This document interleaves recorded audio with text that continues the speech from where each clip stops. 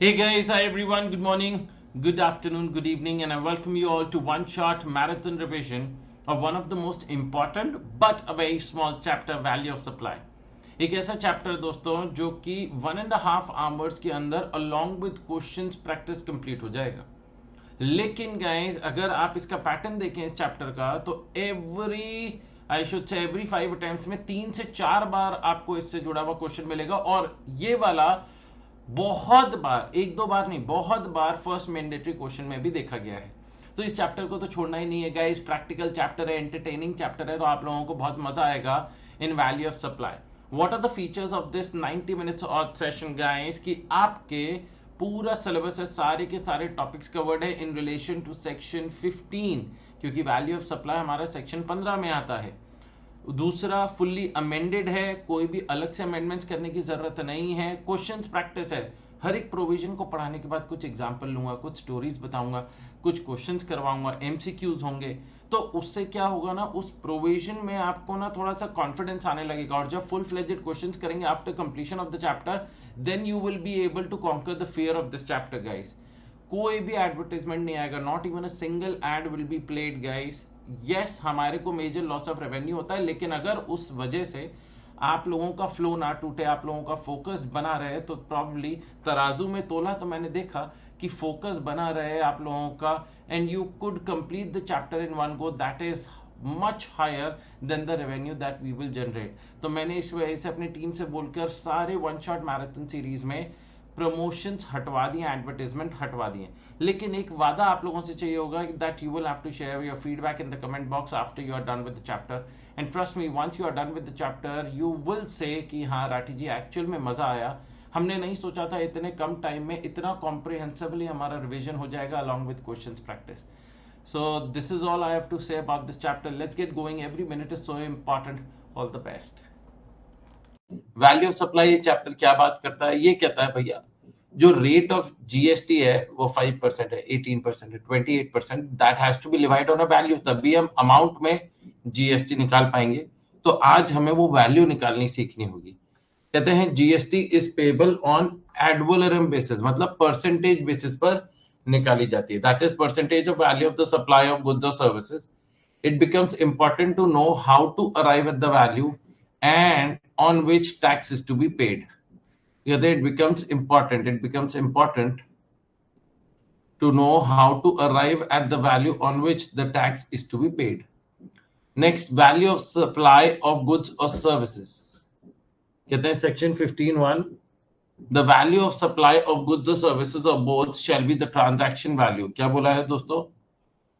कहते हैं the value of a supply of goods or services or both shall be the transaction value, which is the price actually paid or payable for the said supply of goods or services for or both where the supplier and the recipient of the supply are not related. वो आपस में related नहीं होने चाहिए, and the price is the sole consideration. तो section 15(1) ने कहा कि जो हम उस वैल्यू है जिस पर अपन जीएसटी की परसेंटेज लगाएंगे उसका नाम दिया गया है ट्रांजैक्शन वैल्यू। लेकिन transaction value will be considered to be the value of supply when two conditions are satisfied. पहला, that the supplier and the recipient should not be related, because if they are related there is a good chance that the price can be influenced. And दूसरा, price is the sole consideration, मतलब in kind नहीं होना चाहिए। मैंने आप लोगों को coaching services दी, उसके बदले में आप लोग मेरे को पैसा ही दे रहे हैं। अगर मैंने आपको कोचिंग सर्विसेज दी, उसके बदले में आप पैसा भी दे रहे हैं और काइंड में भी कुछ प्रोवाइड कर रहे हैं, तो in that case the amount जो आप मेरे को काइंड में प्रोवाइड कर रहे हैं उसकी वैल्यूएशन एज पर सेक्शन 15(1) नहीं होगी। तो कहते हैं under GST law value of supply of goods और services is the transaction value, that is the price actually paid or payable if both the conditions are satisfied. दो conditions हैं, दोनों की दोनों conditions satisfied होनी चाहिए। पहला, the supplier and the recipient are not related, supplier और recipient related नहीं है, and price is the sole consideration, price sole consideration है। हाँ जी गाइस, अब इधर देखिएगा, कहते हैं where the supplier and the recipient are related और where price is in the sole consideration, तो वो वाला दोस्तों वैल्यूएशन रूल्स के हिसाब से निकाला जाएगा, and valuation rules will be discussed at the final level. तो सबसे पहली चीज हम लोगों ने क्या सीखी दोस्तों अभी के सेशन में इन द फर्स्ट 5 मिनट्स, कि भैया जो जीएसटी है वो रेट के बेसिस पर निकाला जाता है, मतलब rate has to be applied on a value. तो हम लोग इस चैप्टर में वो वैल्यू निकालने सीखने आए हैं। तो सबसे पहले सेक्शन 15(1) ने बोला था the value will be transaction value, लेकिन ट्रांजैक्शन वैल्यू तभी मानी जाएगी when two conditions are satisfied, supplier and recipient are not related and price is the sole consideration.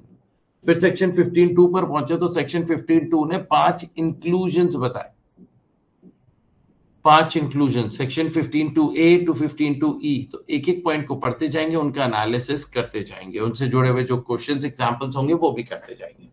कहते हैं the value of supply shall include any taxes, duty, सेसेस, fees.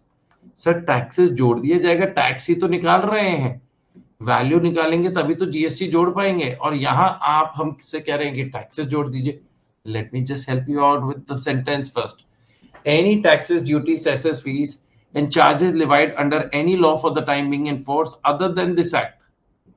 Other than this act. इसका मतलब other than the GST law, the SGST Act, the UTGST Act, and compensation to states Act. मतलब दोस्तों GST law को छोड़कर बाकी सारे taxes will be added in the value of supply. मतलब GST को निकालने के लिए तो हम वैल्यू निकाल रहे हैं, तो how can you add GST in the value of supply before actually determining the value of supply. तो सरकार ने कहा जीएसटी को छोड़ दो, अगर आपके सामान कोई ऐसा सामान है जिस पर कोई लोकल अथॉरिटी टैक्सेस लगाती है या कोई भी ऐसा टैक्स लगता है अदर देन जीएसटी, तो इन दैट केस दोस्तों that tax will be added in the value of supply. जैसे कि दोस्तों अगर आप आउटसाइड इंडिया से इंडिया में कोई सामान इंपोर्ट करते हैं तो एक टैक्स लगता है with the name custom duty. अगर आपने 1000 रुपए का सामान खरीदा और उस पर 20% कस्टम ड्यूटी लगा तो 200 रुपए कस्टम ड्यूटी लगा, तो टोटल आपकी वैल्यू कितने की हो गई, अब 1200 की हो गई, और 1200 के ऊपर IGST will be levied. Because क्या दोस्तों द वैल्यू जो कस्टम ड्यूटी है is that a tax under the GST law? No. सरकार ने कहा जीएसटी लॉ को छोड़कर बाकी सारे टैक्सेस जो है वो वैल्यू ऑफ सप्लाई में जोड़ दिए जाएंगे। आ जाओ भाई, सबसे पहला सेक्शन 15 सबसेक्शन 2 क्लॉज ए कहते हैं any taxes levied under any law except CGST, SGST, UTGST, GST compensation, cess, IGST will form part of the value of supply, if separately billed by the supplier. In simple words, all the taxes, duties, etc., which are not subsumed in GST, form part of taxable value. जो कि GST में subsumed नहीं है guys, वो आपकी taxable value में जुड़ जाएगा। ऑलराइट गाइस, तो जीएसटी को छोड़ देना, बाकी सारे टैक्सेस जोड़े जाएंगे। कहते हैं if a supplier buys, example के तौर पर आया, if a supplier pays municipal taxes on certain goods, तो क्या वो municipal taxes value of supply में जोड़ दिए जाएंगे? हाँ जी, because this is a tax which is other than GST, GST से अलग टैक्स है, इसीलिए दोस्तों इसे वैल्यू ऑफ सप्लाई में जोड़ दिया जाएगा। सर वो कल जो बिल्डिंग वाला एग्जांपल था जिसपे बिल्डिंग बनवाने पे के पैसे नहीं थे तो उसने पोजेशन बिल्डर को दी थी, वो ट्रांजैक्शन वैल्यू नहीं है? नहीं है, फिर वो नहीं है। गुड पॉइंट मिष्टी ने कहा कि सर कल एक ना टाइम ऑफ सप्लाई वाले चैप्टर में एक पॉइंट था जहां आप लैंड के राइट्स दे रहे थे और बिल्डर आपके बदले में आपको बिल्डिंग का कुछ हिस्सा दे रहा था plus cash consideration if any, लेकिन हाँ बिल्डिंग का तो एक हिस्सा दे रहा था, दैट उसकी value cannot be determined according to section 15(1). उसके लिए valuation rules पढ़ने पड़ेंगे, that will be taught to you at the final level. Next, clarification from CBIC. CBIC की तरफ से क्या clarification है? TCS under the Income Tax Act 1961, ध्यान से देखिएगा, TCS under the Income Tax Act 1961 shall not be includable in the taxable value for the purpose of GST. एक और टैक्स दोस्तों जो कि नहीं जोड़ा जाएगा at the time of computation of GST, at the time of determining the value of supply, that is TCS. अब मैं आपको बताऊं दोस्तों TCS का एक छोटा सा पॉइंट जो इनकम टैक्स एक्ट से रिलेट करता है, I will just help you out. Let's say दोस्तों इनकम टैक्स एक्ट में जो TCS का एक प्रोविजन है गाइस, और उस प्रोविजन में क्या बताते हैं कि अगर आप लेट्स से कोई गाड़ी खरीदते हैं, अगर आपने कार खरीदी है जिसकी वैल्यू 10 लाख रुपए से ज्यादा की है, तो इस पे जो शोरूम वाला है जो शोरूम वाला है वो बायर से कार की वैल्यू का 1% और कलेक्ट करेगा। तो लेट्स से अगर दोस्तों कार की वैल्यू है 15 लाख रुपए, तो it is the responsibility of the showroom वाला not only to collect GST but also collect TCS. तो क्योंकि गाड़ी की वैल्यू 10 लाख से ज्यादा की है, इस पे 1% टीसीएस, 15,000 रुपए का टीसीएस भी अप्लाई करा जाएगा।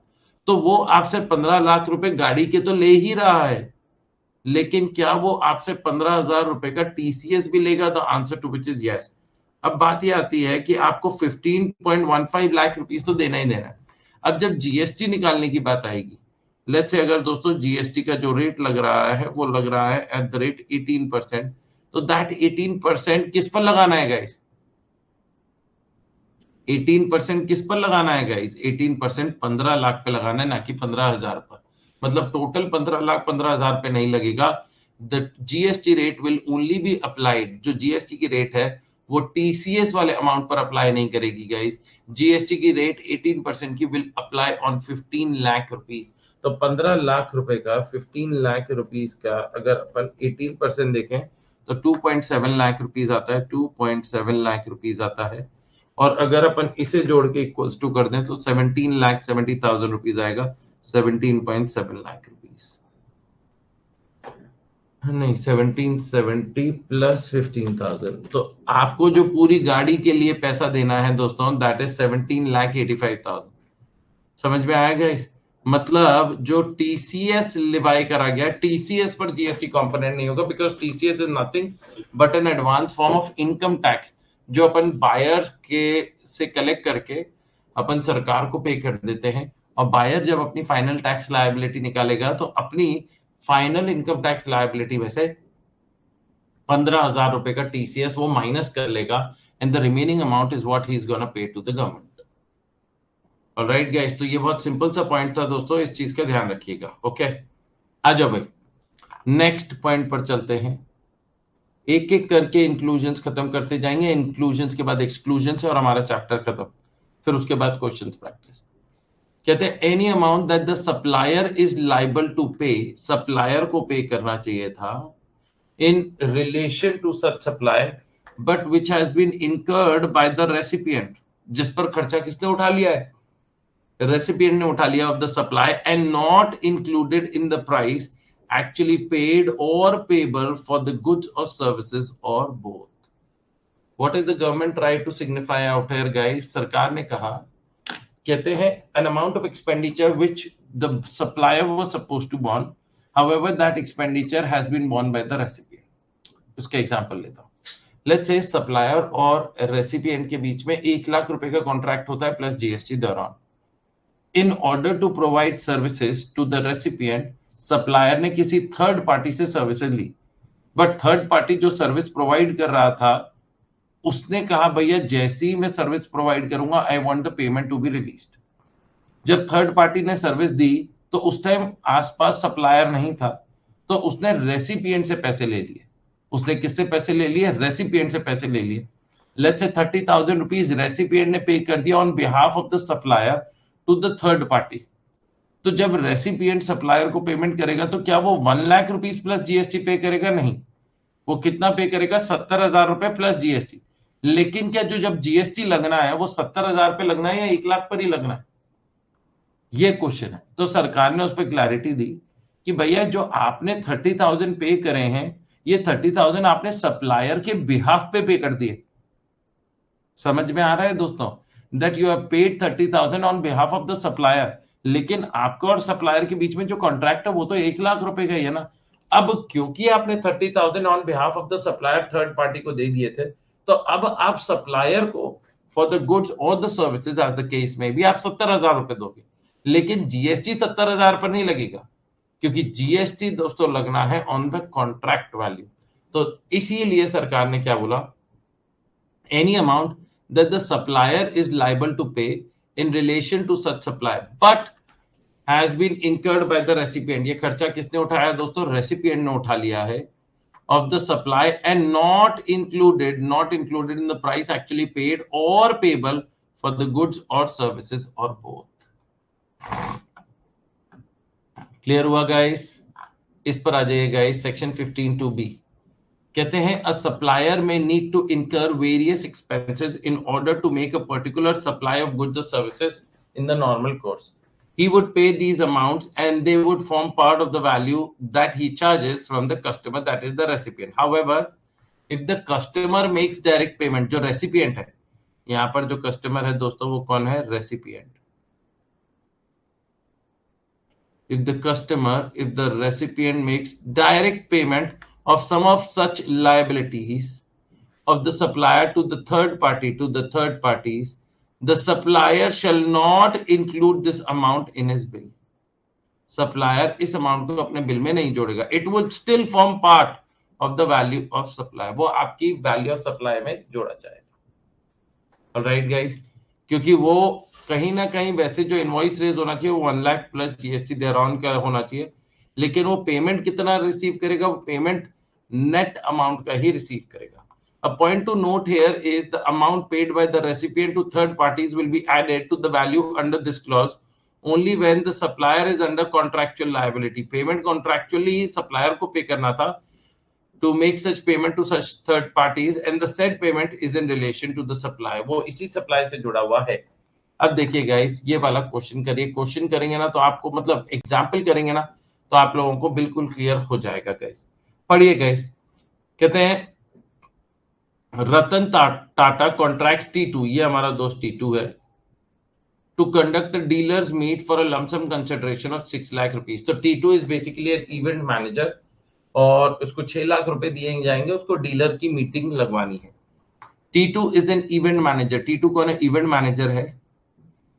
T2 contracts with vendors to deliver food, goods and services like water, soft drinks, audio system, projector, catering, flowers, etc. मतलब वो क्या करता है दोस्तों? वो किसी और को हायर करता है कि भाई साहब ये फूल सजाने हैं at the venue on the stipulated date at the stipulated on the venue on the stipulated date at the stipulated date at the on the stipulated time at the stipulated date at the stipulated prices. This T2 is liable to make these payments. ये payments किसको करनी चाहिए? T2 को, क्योंकि T2 को तो 6 लाख रुपए मिलने वाले हैं. अब कीकू कौन है? Soft drink supplier who wants payment upon delivery. Kiku कौन है दोस्तों? सॉफ्ट ड्रिंक सप्लायर जिसने कहा भैया मेरे को तो पेमेंट ऑन डिलीवरी चाहिए. Ratan Tata agrees to pay the bill raised by Kiku of 1 lakh rupees on receiving the crates of soft drink. रतन जी ने कहा भैया मैं तेरे को 1 लाख रुपए दे दूंगा, कोल्ड ड्रिंक बिल्कुल ठंडी ठंडी लाइयो. तो कीकू ने कहा ठीक है रतन जी, ठंडी ठंडी कोल्ड ड्रिंक लाएंगे, लेकिन जैसे ही मैं कोल्ड ड्रिंक लाऊंगा मैं कोल्ड ड्रिंक खोलूंगा तभी जब आप मेरे को पैसा दे देंगे. So in this scenario, an amount of 1 lakh rupees was to be paid by T2 to Kiku. However, that amount has been paid by Mr. Ratan Tata. So in that case, दोस्तों क्या ये value of supply में जोड़ दिया जाएगा? Will this be added in the value of supply? हाँ जी.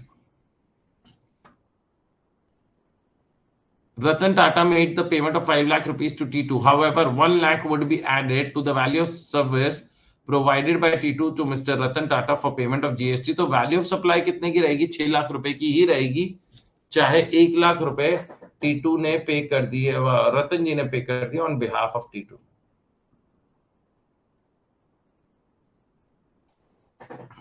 Everyone clear about it, guys? आ जाओ भाई. Next. Section 15(2)(c), incidental expenses including commission or packing charges by the supplier to the recipient of the supply and any amount charged for services or both, any amount charged for goods or services or both at the time of or before delivery of goods or supply of services. सरकार ने क्या बोला? देखो भैया, अगर कोई भी और खर्चा होता है बिफोर द डिलीवरी जो आपने वादा किया है टू द रेसिपिएंट, तो वो आपकी वैल्यू ऑफ सप्लाई में जोड़ा जाएगा. सरकार ने क्या बोला इस चीज में?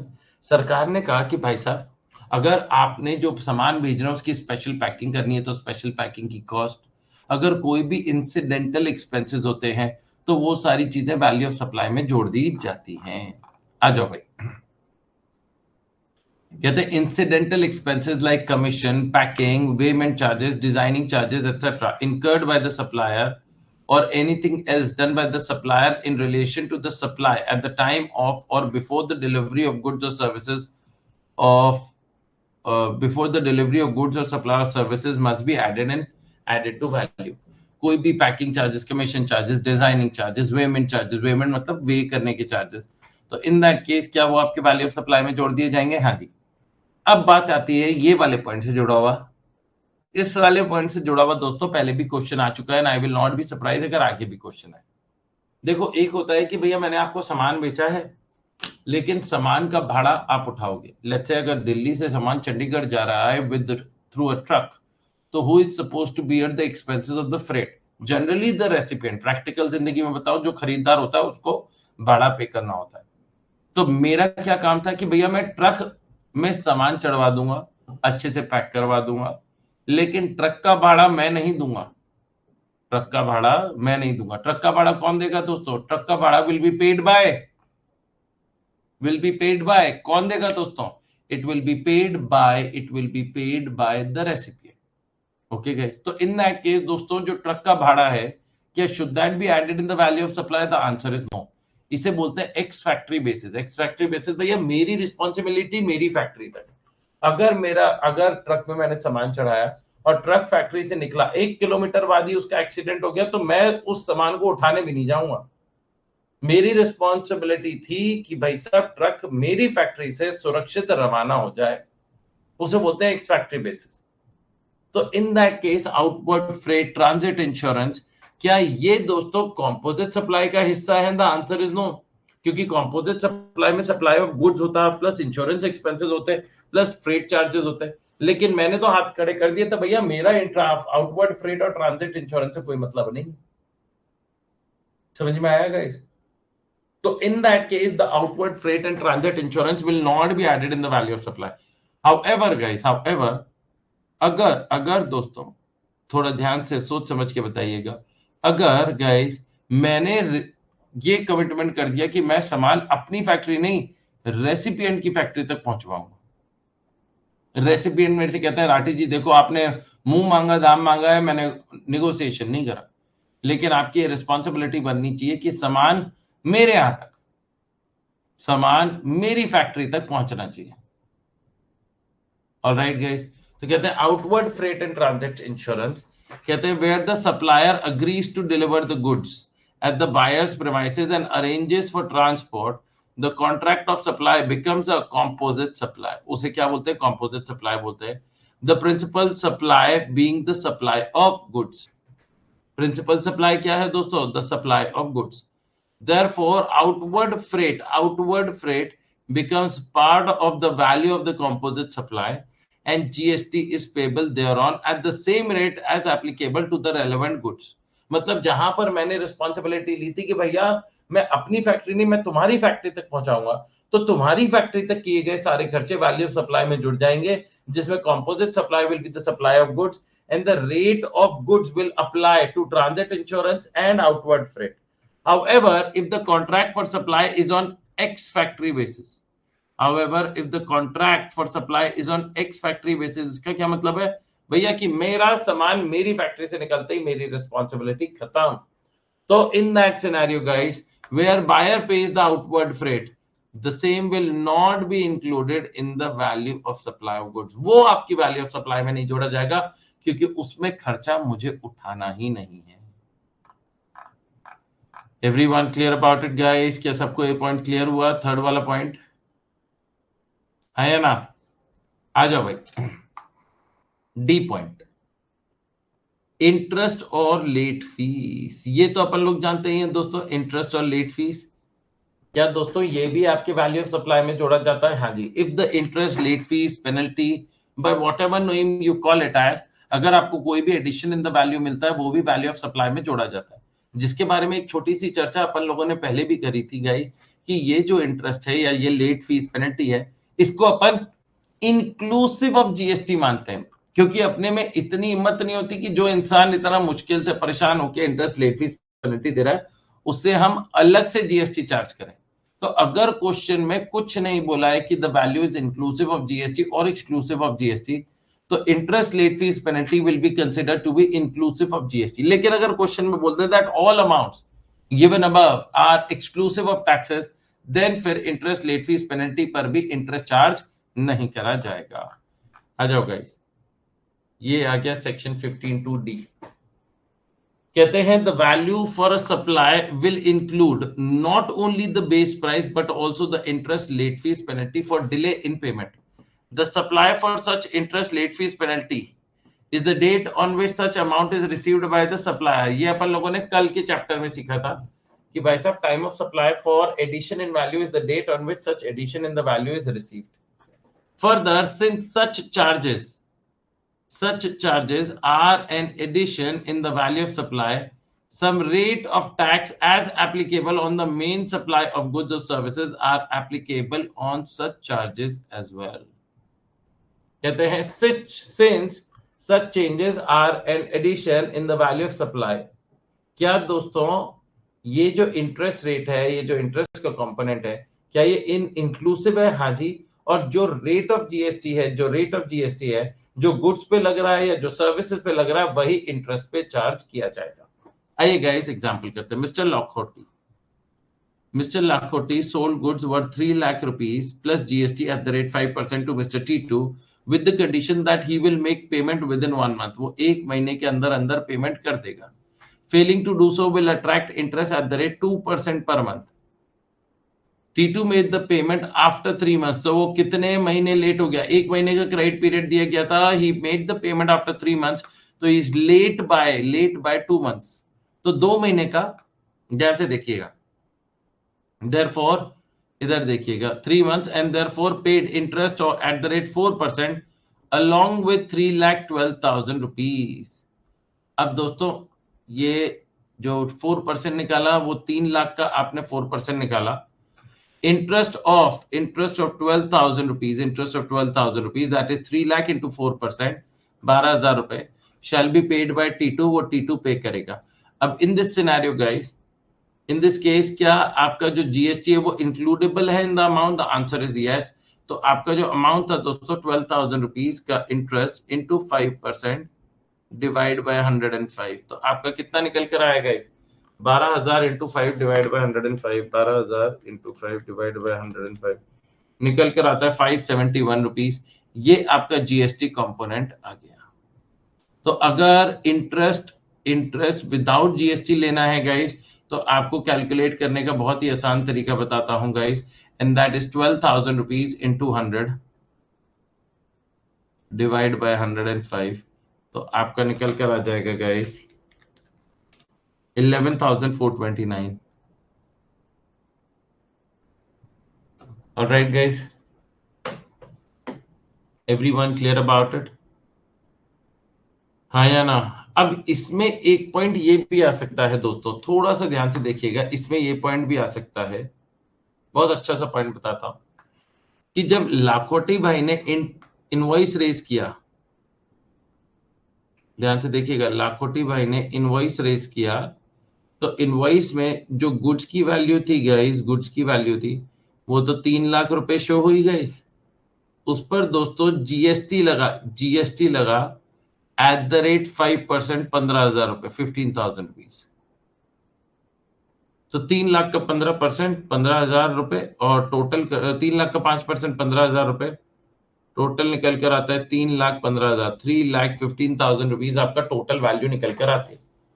अब बात ये आती है राठी जी, आप लोग क्वेश्चन पूछ सकते थे ये वाला कि सर अगर इन दिस सिनेरियो वो इंटरेस्ट दे रहा है तो why is he only paying interest on the goods value? उसको तो टोटल 3,15,000 रुपए देने थे ना राठी जी। आप मेरा पॉइंट समझ रहे हैं गाइस? आपको सामने वाले से तो 3,15,000 रुपए लेने थे ना। 3,15,000 should have been paid within a span of 1 month as agreed between Mr. Lakhoti and T2। But क्योंकि T2 ने 2 महीने लेट पे किया, इंटरेस्ट आप चार्ज कर रहे हैं एट द रेट 4%, बट 4% आप 3 लाख रुपए पर क्यों चार्ज कर रहे हैं? 4% आप 3,15,000 पर क्यों नहीं चार्ज कर रहे हैं? सिंपल सी बात है ना भैया, आपको तो 3,15,000 लेने हैं ना, वो लेट कर रहा है तो why are you only charging interest on the value of goods? तो जनरली तो वैल्यू ऑफ गुड्स पर ही हम चार्ज करते हैं जनरली, ऑलराइट। लेकिन अनटिल अनलेस क्वेश्चन में कोई ऐसी इंफॉर्मेशन आ जाए कि that the interest is charge on the total component value, total value, then you will charge interest on 3,15,000 rupees. तो it's a debatable point. GST तो पहले ही पे कर देते हैं, जीएसटी तो पहले ही पे कर देते हैं, मतलब what do you mean by GST तो पहले ही पे कर देते हैं? अच्छा, आप ये कह रहे हैं कि जीएसटी हम इनवॉइस के बेसिस पर ही पे कर देते हैं, आप यही कह रहे हो ना? उससे मेरा क्वेश्चन ही कुछ और है। मेरा क्वेश्चन ये है कि मेरे को लाखोटी भाई से 3,15,000 रुपए लेने हैं ना, या 3,15,000 देने हैं। अगर मैं पेमेंट करने में देरी करूंगा तो लाखोटी भाई interest why will he charge only on the value of goods, why will he not charge on the value of GST also, because that is also the payment that he paid out of his own pocket to the government. Now he was expecting you to make the payment and you are delaying in payment. तो GST पर भी तो interest लग ही सकता है ना। तो it will depend upon the contract. बेटा मैं जो कह रहा हूं वो गलत नहीं कह रहा हूं। हाँ, अगर क्वेश्चन में कुछ नहीं आता तो अपन तो 3 लाख रुपए पर ही इंटरेस्ट जैसे अपन कैलकुलेट करते हैं वैसे ही करेंगे। मैंने जो पॉइंट आपके सामने रखा है वो गलत नहीं रखा है गाइस। एक तरफ तो आपने इनवॉइस के बेसिस पे जाकर सरकार को टाइम ऑफ सप्लाई के हिसाब से सरकार को पैसा जमा करा दिया। अब आपको ये उम्मीद थी कि सामने वाला टाइम से पेमेंट करेगा, वो पेमेंट करने में देरी कर रहा है, then why are you only charging on the goods value? But इस पे ना दोस्तों कोई क्लैरिफिकेशन आनी चाहिए, एक बेटर डिटेल में क्लैरिफिकेशन आनी चाहिए। बस हम लोग क्या करेंगे, अकॉर्डिंग टू द क्वेश्चन देखेंगे, हम क्वेश्चन के अकॉर्डिंग देखेंगे क्वेश्चन में क्या बोला गया। ऑलराइट, कई बार तो क्वेश्चन में बोल दिया जाता है कि भैया लेट फीस ही 5,000 की थी, तो बस बात खत्म। वो 5,000 की लेट फीस थी, उसे इंक्लूसिव ऑफ जीएसटी मानेंगे और फिर उसका ट्रीटमेंट कर देंगे। आ जाओ guys, section 15(2)(e), section 15(2)(e), subsidies directly linked to the price excluding subsidies provided by the central government and state government. इससे जुड़ा हुआ भी दोस्तों हम लोगों ने ना एक बार सप्लाई अंडर जीएसटी वाले प्रोविजन में किया हुआ है। अब इधर देखिएगा गाइस, एवरीबॉडी, सेक्शन 15(2)(e) क्या बोलता है? सेक्शन 15(2)(e) बोलता है, किसी बच्चे का डाउट है? सब बाद में इंटरेस्ट का इनवॉइस इशू करते हैं क्या सप्लायर? डेबिट नोट रेज कर देते हैं बेटा, कि भाई साहब हमें आपको इनवॉइस नहीं रेज करते, डेबिट नोट रेज कर देते हैं कि हमें आपसे गुड्स के पैसे तो लेने ही लेने हैं, हमें आपसे डेबिट नोट भी लेना है। ऑलराइट, मतलब डेबिट नोट के बेसिस पर इंटरेस्ट भी चार्ज करना है, इंटरेस्ट भी लेना है आपसे। क्रेडिट नोट से पेमेंट कम होती है, डेबिट नोट से पेमेंट बढ़ जाती है। अब इधर ध्यान से देखिएगा, सरकार कहती है कि भाई साहब अगर कोई प्रोडक्ट 1,000 रुपए का है और इस प्रोडक्ट को हम मार्केट में सस्ता करना चाहते हैं तो हम क्या करेंगे?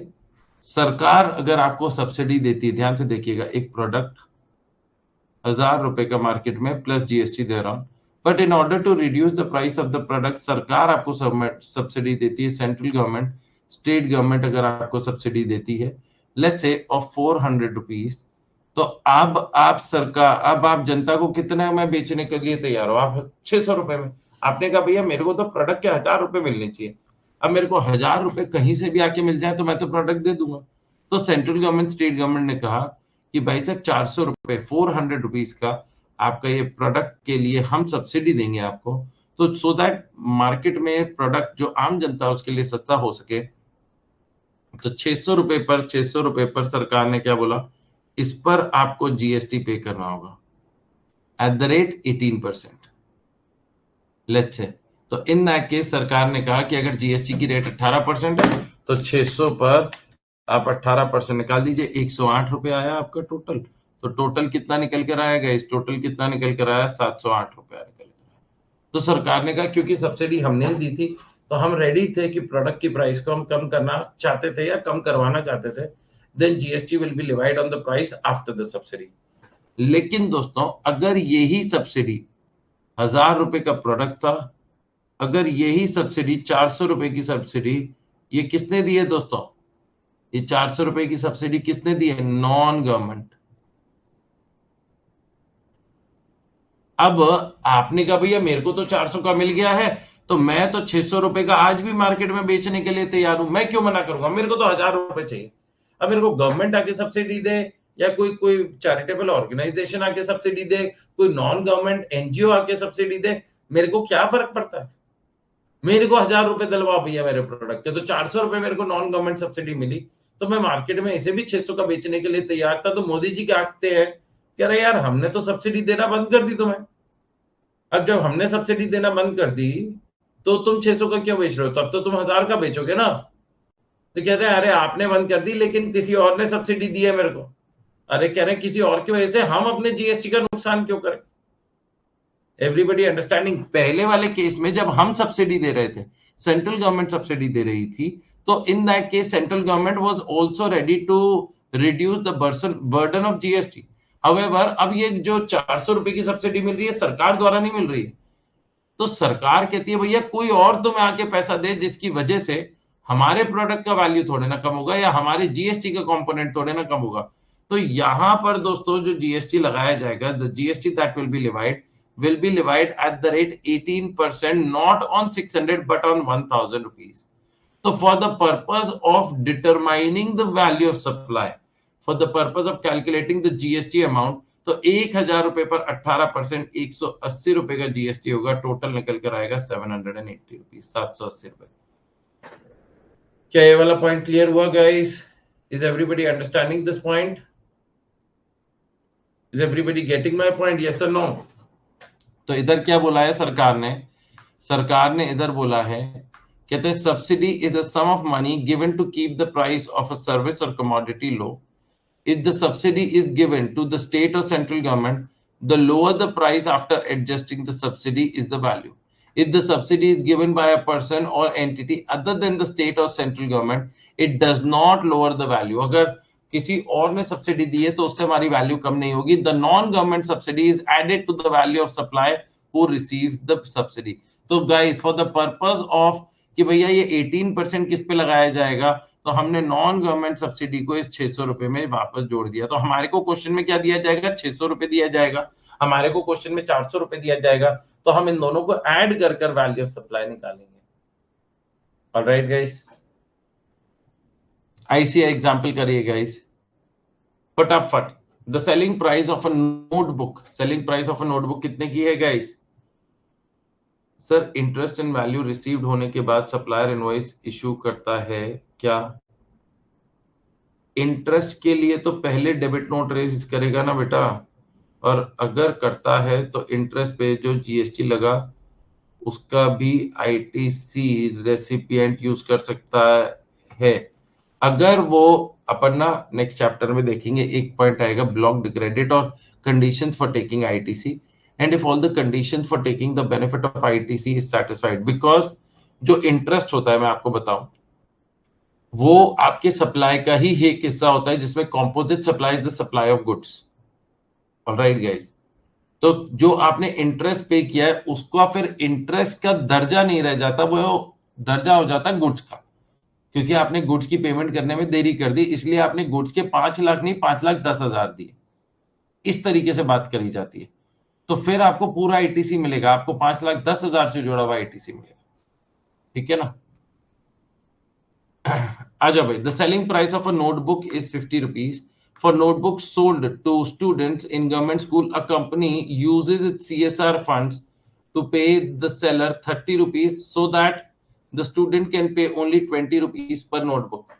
तो एक कंपनी ने जाके अपने CSR फंड्स में से 30 रुपीस की सब्सिडी दी so that बच्चे को 20 रुपए ही पे करना पड़े। तो सरकार के लिए for the purpose of levying GST, will it be 20 or 50? It will be 50. It will be 50. The value of the notebook will be 50 as this is a government subsidy. ये क्या है? Government subsidy. If the same subsidy is paid by the central government or state government, the value of the notebook will be 20 rupees. अगर ये subsidy central government state government ने दी है तो in that case हम उसमें से 30 रुपए minus ही रखेंगे और 20 रुपए पर जीएसटी चार्ज किया जाएगा। However, in case of subsidy received from a non-government organization, the value of supply will be 50 rupees. अब लेट्स से अगर इस पर 18% जीएसटी लगता है तो 9 रुपए का जीएसटी आ गया। तो दोस्तों जो स्टूडेंट है वो 20 रुपए तो नोटबुक का देगा प्लस 9 रुपीज वो जीएसटी का देगा, तो वो टोटल 29 रुपीज देगा, करेक्ट। हाउएवर इन केस अगर ये सब्सिडी गवर्नमेंट से मिलती तो हम जो जीएसटी चार्ज करते हैं वो 20 रुपीज पर ही चार्ज करते हैं at the rate 18%, which would have come out to be 3.6 rupees. तो ये जो 3.6 रुपीज है, everybody has to answer me, ये जो 3.6 रुपीज है ये ही आपकी वैल्यू में जोड़ दिया जाता है। 20 में 3.6 जोड़ा जाता है तो कितना निकल कर आता है? 23.6। कितना निकल कर आता है गाइस? 23.6। तो पहले वाले केस में जहां नॉन गवर्नमेंट सब्सिडी मिली है तो in that case GST will be divide on the total value, gross value, और अगर गवर्नमेंट सब्सिडी मिली है then GST will be divide on the net value. आ जाओ भाई, Which of the following shall not be includable in the value of supply? Sir case 2 में total value 1180 नहीं होनी चाहिए। कौन से केस 2 में बेटा? इस वाले में, इस वाले में ध्यान से देखना बेटा एवरीबडी। आप बात ये आ रही थी कि आप पैसा कितना चार्ज करोगे, आप 780 रुपए चार्ज करोगे फ्रॉम द कस्टमर और 400 रुपए आपको in the form of subsidy मिला है, तो आपको टोटल 1180 रिसीव हुआ है। ऑलराइट गाइस, आपको टोटल 1180 रुपए रिसीव हुआ है, जिसमें से 1000 रुपए तो आपके प्रोडक्ट की वैल्यू है और 180 रुपए जीएसटी के हैं जो जाके आपको सरकार को देने हैं। ऑलराइट, आ जाओ। Which of the following shall not be includable in the value of supply? Custom duty paid ये जोड़ा जाएगा, subsidy given by a NPO ये जोड़ा जाएगा, special packing ये जोड़ा जाएगा। None of the above is the correct answer. अब देखो guys, question number 2 करिए, question number 2 करिए। I'll get some water for myself guys by that time. समझ में आया guys on how to go about it? अब क्योंकि यहाँ पर पेनल्टी वाला पॉइंट है जिसमें मैंने आपको बताया है कि अगर कुछ नहीं लिखा है तो we will assume the penalty to be inclusive of GST, and फिर आप लोगों ने इसका रिवर्स कैलकुलेशन कर इंटरेस्ट का कंपोनेंट निकाल लिया होगा, मतलब लेट फीस का कंपोनेंट निकाल लिया होगा। ऑलराइट गाइस, अब देखो लिस्ट प्राइस दिया हुआ है 20,000 net of subsidy bye the central government in 3 above. Net मतलब हमने सब्सिडी ऑलरेडी माइनस कर चुके हैं, तो subsidy bye the central government थी, ये तो ऑलरेडी माइनस करनी भी थी, हमें तो गवर्नमेंट सब्सिडी माइनस ही करनी होती है। नॉन गवर्नमेंट सब्सिडी होती है जो हम ऐड करते हैं, तो अगर ये नॉन गवर्नमेंट सब्सिडी होती तो मैं 5,000 रुपए ऐड बैक कर देता, but this is because of central government subsidy, तो ये ऐड बैक नहीं होगा। नेक्स्ट, इंसिडेंटल एक्सपेंसेस, ये तो जोड़े ही जाएंगे, इंसिडेंटल एक्सपेंसेस जोड़े जाते हैं, and penalty for late payment ये भी जोड़ा जाता है, but this is consider to be inclusive of GST. तो 1000 into 100 डिवाइड बाय 112 कितना निकलता है दोस्तों? 1000 into 100 डिवाइड बाय 112 निकल कर आता है 893। कितना निकल कर आता है? 893। तो टोटल कितना निकल कर आया दोस्तों? टोटल कितना निकल कर आया? 20,000 रुपए प्लस 2500 रुपए प्लस 893। 20,000 रुपए प्लस 2500 रुपए प्लस 893, तो टोटल आपकी वैल्यू निकल कर आ गई 23,393। ऑलराइट गाइस, अब आपको 23,393 पर जीएसटी लगाना होगा। आ जाओ भाई, exclusions from the value of supply. Exclusions का क्या मतलब होता है दोस्तों? कि क्या क्या चीजों को आप, what all value will you remove from the value of supply, कौन कौन सी चीजों को आप वैल्यू ऑफ सप्लाई से हटा देंगे। तो कहते हैं सबसे पहले क्या बोलते हैं दोस्तों? सरकार ने क्या बोला? एवरीबडी एक सेकेंड, हाँ जी गाइस, सरकार ने क्या बोला कि डिस्काउंट्स, जो डिस्काउंट्स होते हैं वो आप अपनी वैल्यू में से हटा सकते हैं। तो उसी चीज से जुड़ा हुआ ये पॉइंट है। कहते हैं the value of supply shall not include any discount which is given before और at the time of supply. ध्यान से देखिएगा, बिफोर और at the time of supply if such discount has been duly recorded in the invoice issued in respect of such supply। मतलब जैसे आप लोग देखते हैं दोस्तों, आप किसी मॉल में जाते हैं और मॉल में जाते हैं किसी दुकान पे, तो कहते हैं अगर आप एक प्रोडक्ट खरीदेंगे तो कोई भी डिस्काउंट नहीं है, 2 प्रोडक्ट करेंगे तो 30% डिस्काउंट है। तो एकदम से लालच हो जाता है यार, 2 प्रोडक्ट खरीद लेते हैं, चाहे दूसरा प्रोडक्ट थोड़ा सस्ता खरीद लेंगे लेकिन उस प्रोडक्ट के चलते हमें डिस्काउंट मिल जाएगा। आया ना? तो in that case, in that scenario सरकार ने क्या बोला? सरकार ने बोला भाई साहब कि आपको डिस्काउंट दिया जाएगा, you will be given a discount, और क्या वो डिस्काउंट वैल्यू ऑफ सप्लाई में से माइनस कर दिया जाएगा? The answer to which is yes.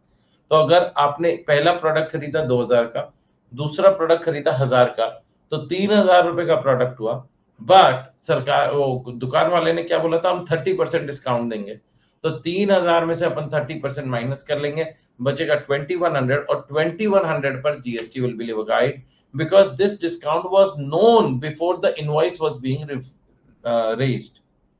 All right guys, तो कहते हैं the value of supply shall not include any discount, मतलब the value of supply will be the value after discount, provided such a discount was known at the time of supply and was duly recorded in the invoice. Next, the value of supply shall not include any discount which is given after the supply has been effected. What do you mean by after the supply has been effected? Aji guys, what do you mean by that, after the supply has been effected?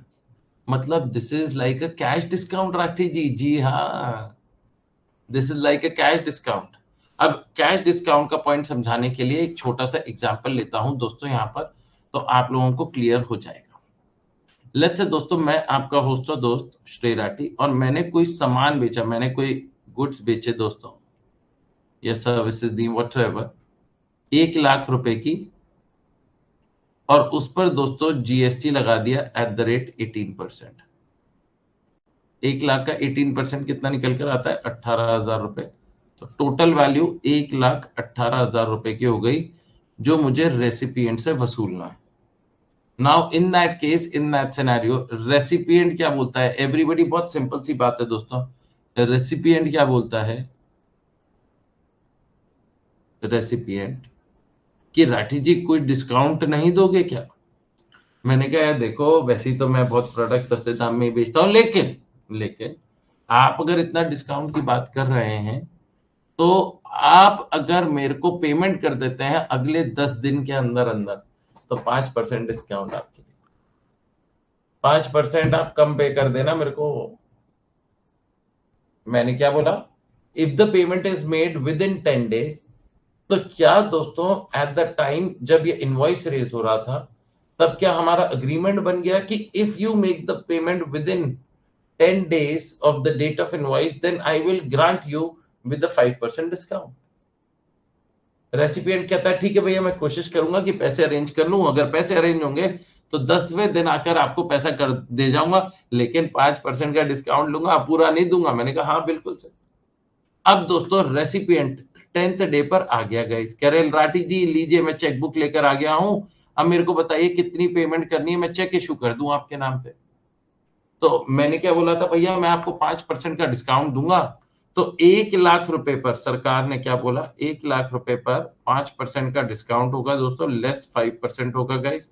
तो निकल कर कितना आएगा guys? 95,000 rupees निकल कर आएगा। 1 लाख में से 5% माइनस हुआ तो 95,000। और इस पर दोस्तों आपका लगेगा जीएसटी, इस पर लगेगा दोस्तों जीएसटी एट द रेट 18%। तो 95,000 रुपीज का आपका 18% देखें गाइस, तो निकल कर आता है 17,100, 17,100 रुपए। तो 95,000 प्लस 17,100, 1,12,100, 1,12,100, 1,12,100। ये कायदे से अब इनवॉइस रेज होना चाहिए, लेकिन इनवॉइस तो ऑलरेडी रेज हो चुका है। तो what am I gonna do guys? Anybody who can help me out? Which document is श्रेय राठी गोना रेज? अब मैं कौन सा डॉक्यूमेंट रेज करूंगा? क्योंकि मेरे को अकॉर्डिंग टू द इनवॉइस 1,18,000 रुपए लेने हैं, लेकिन because of the terms of the contract I had to provide him with a 5% discount, and 5% discount के बाद दोस्तों जो वैल्यू निकल कर आ रही है, that is coming out to be 1,12,100, that is the maximum amount I can receive. तो in this case मैं श्रेय राठी रेसिपिएंट को क्या डॉक्यूमेंट रेज करूंगा दोस्तों? I will be raising a credit note. मैं क्या रेज करूंगा दोस्तों? क्रेडिट नोट रेज करूंगा।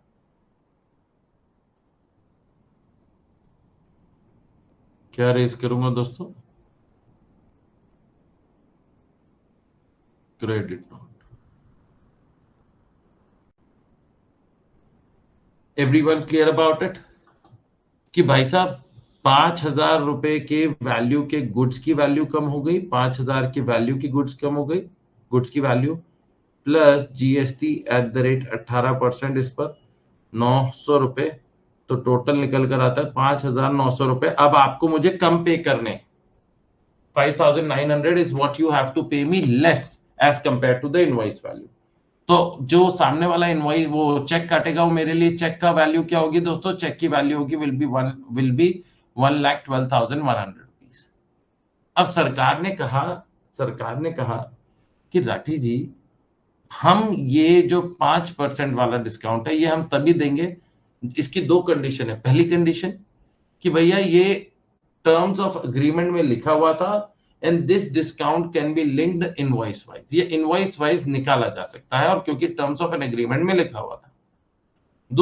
दूसरा कि the proportionate ITC is reverse by the recipient. ये पॉइंट बड़ा अच्छा है, इधर ध्यान से देखिएगा। सरकार ने क्या बोला कि जब आपने श्रेय राठी जी, जब आपने रेसिपिएंट को इनवॉइस रेज करा था तो उसने 18,000 रुपए का आईटीसी क्लेम कर लिया होगा। उसने कितने का आईटीसी क्लेम कर लिया होगा? 18,000 रुपए का on the basis of the invoices. However उसने आपको जीएसटी के नाम का कितना पे किया? 17,100 रुपए पे किया। What is the amount that he has paid? He has paid only 17,100। तो द क्वेश्चन दैट अराइजेस, जो क्वेश्चन अराइज होता है वो क्या होता है दोस्तों? वो क्वेश्चन जो अराइज होता है वो क्या होता है? The question that arises is कि भैया आप 18,000 का आईटीसी कैसे ले सकते हैं जब आपने 17,100 ही जीएसटी का पेमेंट किया? तो सरकार ने कहा क्योंकि आपको क्रेडिट नोट की वजह से डिस्काउंट मिल गया तो आपको जितने अमाउंट का जीएसटी में भी बेनिफिट हुआ, क्योंकि आपने 18,000 रुपए का आईटीसी ले लिया जबकि आप 17,100 पे कर रहे हैं, तो जीएसटी में जो आपको बेनिफिट हुआ दैट इज 900 रुपीज, 900 रुपए। तो वो 900 रुपए का क्या आपको, ध्यान से देखिएगा, क्या वो 900 रुपीज का आपको आईटीसी रिवर्स करना पड़ेगा? क्या आपको 900 रुपए का आईटीसी रिवर्स करना पड़ेगा? This is what the question is. The answer is yes, आपको 900 रुपीज का आईटीसी रिवर्स करना पड़ेगा। क्या समझ में आया guys? Everybody getting my point? Everybody understanding what I am trying to convey? आया ना? तो बी पॉइंट क्या बोलता है? कहते हैं हम कैश डिस्काउंट को भी, अ डिस्काउंट जो कि on the date of raising of the invoice नहीं पता था, लेकिन क्या हम दूसरा डिस्काउंट भी माइनस कर सकते हैं? कैश डिस्काउंट भी माइनस कर सकते हैं? The answer to which is yes. After the supply has been affected, if such discount is established in terms of an agreement entered into at or before the time of supply and specifically linked to relevant invoices, and input tax credit as is attributable to the discount on the basis of document issued by the supplier has been reversed by the recipient of the supply। आ जाओ guys, ये वही point है, ऊपर वाले का analysis. फटाफट दोस्तों ऊपर वाले का एनालिसिस पढ़िए। पहला वाला ट्रेड डिस्काउंट, ये हमें इनवॉइस के वक्त पता होता है। दूसरा वाला कैश डिस्काउंट। हमारा चैप्टर खत्म होने वाला है। ये वाला पॉइंट हुआ। आ जाओ भाई, ये तो ऊपर वाला ही पॉइंट को नीचे लिखा हुआ है, बस बॉक्स में लिखा हुआ है और कुछ बात नहीं है। नोट, नो क्लेम बोनस याद हो रहा? अरे हाँ सर, इंश्योरेंस कंपनीज वाले जो आपको डिस्काउंट के तौर पे देते हैं, बस डिस्काउंट का नाम नो क्लेम बोनस है क्योंकि आपने क्लेम नहीं मांगा था in the preceding insurance cycle. जब आपने पिछले साल गाड़ी का इंश्योरेंस कराया, पिछले साल आपने गाड़ी नहीं ठोकी और गाड़ी ना ठोकने की वजह से आपने इंश्योरेंस नहीं लिया, तो in that case, in that scenario सरकार ने क्या बोला? सरकार ने कहा no claim bonus is permissible as deduction. No claim bonus is permissible as deduction under section 15(3)(a) of the for the purpose of calculation of value of supply of the insurance services provided by the insurance company to insured. All right, guys. Accordingly, where the deduction on account of no claim bonus is provided in the invoice issued by the supplier to the insured, GST shall be leviable on the actual premium amount. मतलब the GST shall be leviable on the net amount after the no claim bonus discount is used, payable by the policy holder to the insurance after deduction of NCB no claim bonus। ये दोस्तों ICI के कुछ examples हैं guys. मुझे ये आप लोगों को ना दोस्तों बस रीड आउट करने हैं आप अभी ये पहले 3 वाले रीड आउट कर लीजिए, और ये कुछ सीबीआईसी की क्लैरिफिकेशंस वाले थे, स्टैगर्ड डिस्काउंट, बाय मोर सेव मोर, यही अपन ने किया था दोस्तों, बाय मोर सेव मोर। एक खरीदोगे तो इतना % डिस्काउंट, 2 खरीदोगे तो इतना % डिस्काउंट। तो क्या ये डिस्काउंट दोस्तों आप लोगों को ऑलरेडी पता होते हैं at the time of purchase? The answer to which is yes. अगर आपको पता है then that will be known as a trade discount, और उसे आप तभी के तभी माइनस कर सकते हैं। ऑलराइट गाइस, आइए गाइस ऐसे एग्जांपल करिए, यूज दीस थ्री, मतलब रीड आउट दीस 3 एग्जांपल्स, फटाफट करिए guys, give me 2 minutes, I will be back in 2 minutes. ये आप अपने 3 एग्जांपल्स पढ़िए गाइस। सिंपल सा वही कंसेप्ट है कि या तो वो ट्रेड डिस्काउंट या वो कैश डिस्काउंट। अगर दोनों, ट्रेड डिस्काउंट का तो अपने को पता है कि कोई कंडीशन नहीं है, बस ये होता है कि इनवॉइस के वक्त ही पता होता है। कैश डिस्काउंट में कंडीशंस है, and if the conditions of cash discounts are satisfied, तो दोस्तों इन दैट सिनेरियो कोई भी प्रॉब्लम नहीं होगी। करो गाइस, मूविंग ऑन। ये दोस्तों सीबीआईसी की इजी क्लैरिफिकेशंस हैं जिन्हें आप रीड आउट कर सकते हैं। मैं क्वेश्चन नंबर 3 पर आता हूं। Mr. Devansh purchased goods worth 4 lakh rupees from Mr. Abhinav. Since he purchased in bulk quantity, Abhinav offered a discount 10%. चलो ये तो हमें ट्रेड डिस्काउंट के तौर पे वही मिल गया, तो 4 लाख में से 10% माइनस कर दिया तो बचा 3,60,000। Further, in order to get prompt payment, जल्दी पेमेंट आ जाए, Mr. Abhinav offered 2% additional discount if the payment is made within 10 days. Determine the value of supply assuming Devansh made the payment within 10 days. तो 3,60,000 में 2% का दोस्तों और discount हो गया आपका, तो निकल कर आया 3,52,800. A is the correct answer, 3,52,800. Next guys, section 15.4 and 15.5 कहते हैं where the value of the supply of goods और services of both can not be determined. अगर आप उनको डिटरमाइन नहीं कर सकते हो under subsection 1, the same shall be determined in such manner as may be prescribed, which is the valuation rules जो final level पे सीखेंगे। तो सेक्शन 15.4 हमारे लिए मतलब का नहीं है। Notwithstanding anything contained in subsection 4, the value of such supplies as may be notified by the government on the recommendation of the council shall be determined in such manner as may be prescribed। ये क्या बोला? सरकार ने बोला कि कुछ products जिन पर हमें लगता है कि भैया ये रेट होनी चाहिए, ये वैल्यू ऑफ सप्लाई होनी चाहिए, वो हम बता देंगे। ये सरकार हमेशा अपने लिए एक रेसिडुअल पावर छोड़ देती है कि भैया कभी हमें लगे कि किसी प्रोडक्ट पर हम मिनिमम रेट ऑफ जीएसटी या मिनिमम अमाउंट ऑफ जीएसटी इतना कलेक्ट करना चाहते हैं, तो वो बोल देंगे कि भैया इस प्रोडक्ट पे मिनिमम जीएसटी इतना चार्ज किया जाएगा। Alright guys, section 15.4 lays down where subsection 1 is not applicable, that is if the transaction is with a related party or price is not the sole consideration, तो ये blah blah blah blah ये final level पे पढ़ोगे, valuation rules पर के through पढ़ोगे। आ जाओ guys, बेकार है एनालिसिस। तो section 15.4 15.5 is not relevant from our examination point of view guys, उसे अपन इग्नोर कर सकते हैं। आइए guys, question number 4। Black and White Private Limited has provided the following particulars relating to goods sold by it to Colorful Private Limited. क्या है दोस्तों? List price of the goods exclusive of taxes and discounts. List price of the goods exclusive of taxes and discounts. सरकार ने बोला 50,000 की, तो मतलब हमने ना अभी टैक्सेस का ट्रीटमेंट किया है ना डिस्काउंट का ट्रीटमेंट किया है। ठीक है जी। Tax levied by municipal authority, जो म्युनिसिपल अथॉरिटी लिवाई करती है टैक्स, क्या वो जीएसटी लिवाई करती है? नहीं, वो म्युनिसिपल टैक्सेस टाइप लिवाई करती है। तो क्या हमें सारे टैक्सेस जोड़ने होते हैं other than GST and TCS? हाँ जी।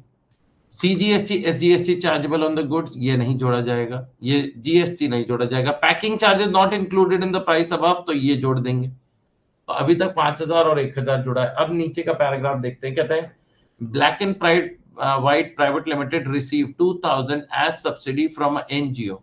2,000 रुपए की सब्सिडी मिली है from NGO on sale of such products. अब एनजीओ क्या है दोस्तों? नॉन गवर्नमेंट सब्सिडी है। एनजीओ क्या है? नॉन गवर्नमेंट सब्सिडी है। तो ये जो 2,000 रुपए की आपको सब्सिडी मिली है, ये 2,000 रुपीज की सब्सिडी मिली है, मेरे को बताइए, everybody has to answer me, क्या ये 2,000 रुपए की सब्सिडी को हमें क्या करना चाहिए? सर ये नॉन गवर्नमेंट सब्सिडी मिली है। अब इसका ये देखना पड़ेगा कि ये 2,000 रुपए की सब्सिडी क्या हम ऑलरेडी माइनस कर चुके हैं या नहीं कर चुके हैं। कहते हैं the price of 50,000 of the goods is after considering such subsidy. मतलब हम तो ये 2000 रुपए ऑलरेडी सब्सिडी का माइनस कर चुके हैं, माइनस करने के बाद ही 50,000 रुपए आया है। तो what are we suppose to do guys? Non government subsidy को अपने को क्या करना पड़ता है? अपने को नॉन गवर्नमेंट सब्सिडी को ऐड करना पड़ता है। Black and White Limited offers 2% discount on the list price of the goods which is covered in the invoice for the goods which is recorded in the invoice. हाँ जी guys, मेरे को बताइए 2% का आपको डिस्काउंट दे रहे हैं, तो क्या दोस्तों ये डिस्काउंट अपन माइनस कर सकते हैं? हाँ जी, ये डिस्काउंट माइनस कर सकते हैं। अब इधर देखिएगा गाइस, लेकिन ये 2% ऑन द लिस्ट प्राइस दे रहे हैं, ध्यान से देखना। लिस्ट प्राइस आपको कितनी दी गई है? 50,000 की। तो 50,000 का 2% आपको जो डिस्काउंट दिया जा रहा है वो कितने का दे रहे हैं? 50,000 का 2% गाइस कितना निकल कर आता है? 50,000 का 2% 1,000 रुपीज, 1,000 रुपए। तो list price of the goods 50,000 plus 5,000 taxes plus 1,000, देखो जीएसटी नहीं जोड़ा, 1,000 पैकिंग चार्जेस सब्सिडी जोड़ दिया 58,000 और उसमें से 1,000 का डिस्काउंट मिला, तो आपका अमाउंट कितना निकल कर आ गया दोस्तों? 57,000 रुपीज निकल कर आ गया। ये आपकी वैल्यू ऑफ सप्लाई है, इस वैल्यू पर आपको जीएसटी का रेट अप्लाई करना होगा। Next guys, whether the full input tax credit is available to the recipient of supply when the recipient makes discounted payments to the supplier of goods on account of financial commercial credit notes issued to the said supplier. दोस्तों कुछ clarifications आए in related to treatment of secondary or post sale discount under GST.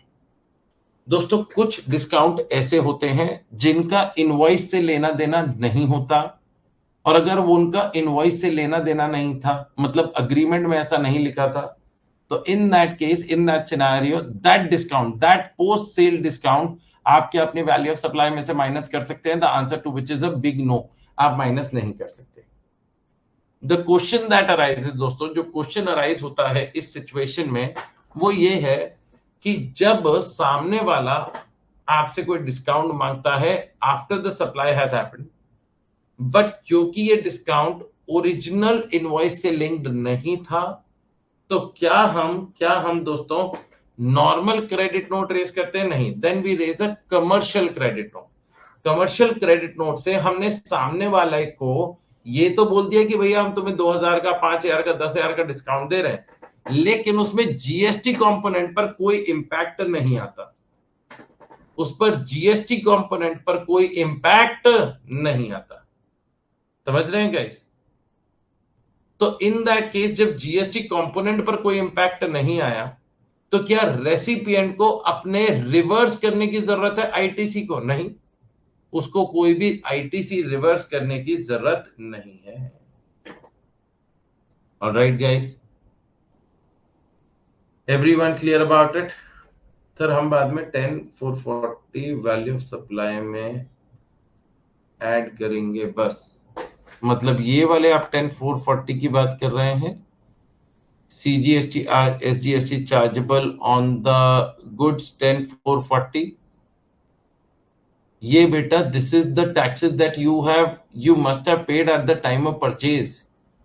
आप जो GST charge करोगे, let's say 18% का GST है, तो 99% charge करोगे आप on 57,000 rupees, let's say 99%, and this is nothing but I am assuming it is like ITC, input tax credit. Alright, तो ITC का तो आप बेनिफिट उठाते हो ना। CGST SGST chargeable on the goods, जो आपने गुड्स खरीदे थे उसका सीजीएसटी एसजीएसटी। तो सबसे पहला वाला क्लैरिफिकेशन गाइस रीड आउट करिए। कहते हैं section 16(1), section 16 is what I am gonna help you out in tomorrow session. आज अपन ने सेक्शन 15 कंप्लीट करा।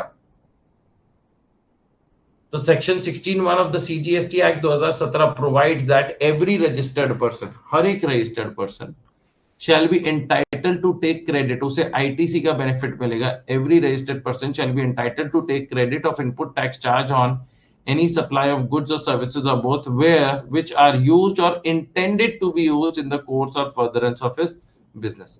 It has been clarified that the supplier of goods can issue financial commercial credit notes, and in such cases he will not be eligible to reduce his original tax liability original tax liability पर कोई फर्क नहीं पड़ता in case of commercial credit note और financial credit note, as the transaction value is not allowed to be reduced on account of issuance of financial or commercial credit note.